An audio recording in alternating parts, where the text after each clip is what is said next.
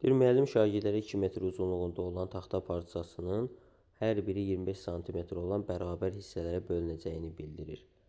Şagirdlərdən əvvəlcə taxtanın uzunluğunu santimetrə çevirməyi, daha sonra isə hissəyə bölünəcəyini hesablamağı tapşırır.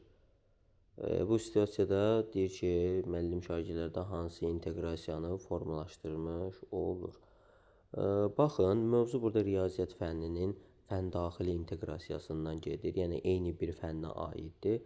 Və burada məzmun xətləri burada bir-biri ilə deməli, nədir? Eyni məzmun xəttidir, yoxsa müxtəlif məzmun xəttidir? Biz görürük ki, burada fərqli məzmun xətlərdir. Çünki burada uzunluq ölçüləri olan santimetrə çevirməyi müəllim tələb eləyir. Bu bir tələbidir müəllimin. Daha sonra hissələri bölməyi tələb eləyir. Deyir ki, sonda bunu yəni hesablayın. Hissələrə bölünmədə bu kəsir mövzusuna aid olandır və görürük ki, burada fərqli məzmun xətlərinin bir-biri ilə paralel şəkildə inteqrasiyasıdır. Yəni, eyni fənnin daxilində, yəni riyaziyyat fənninin daxilində fərqli məzmun xətləri inteqrasiya olunubsa, bu fəndaxili üfüqi inteqrasiyaya aiddir.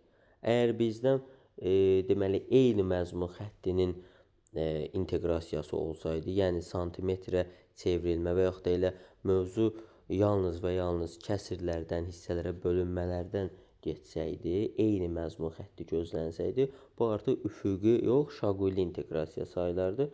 Ona görə də bu bizim situasiyaya aid deyil.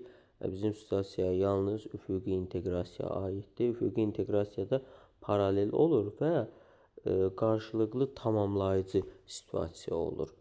Yəni, birinci şagirdlər santimetrə çevirir, daha sonra belə deyək, hər birinin uzunluğunun neçə hissəyə bölünəcəyini hesablayıb prosesi neynirlər, tamamlamış olurlar.